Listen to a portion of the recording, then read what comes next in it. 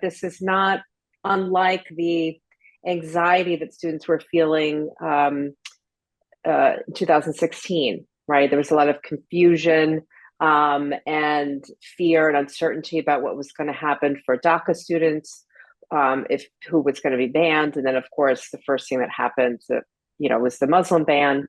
And that absolutely impacted a lot of students. The family members couldn't travel. They couldn't travel. Even if they were here, they couldn't visit family members.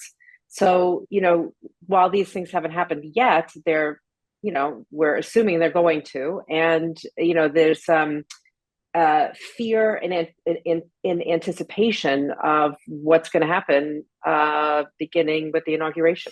I would say I absolutely understand where you're coming from, but let's focus on reacting to what's actually happening and not what we're afraid is happening. Overall, I like to recommend that people think about your family, think about what who is who.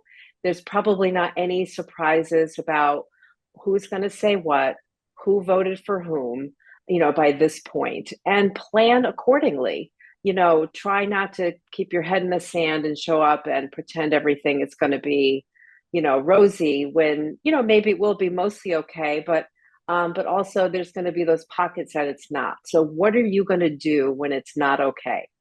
And so that's going to look different for everyone. So that could mean that you're limiting your time. That could mean that if you're traveling, you're staying at a hotel. That could mean that you have you find an out to leave the room, to leave the conversation, to talk to someone else.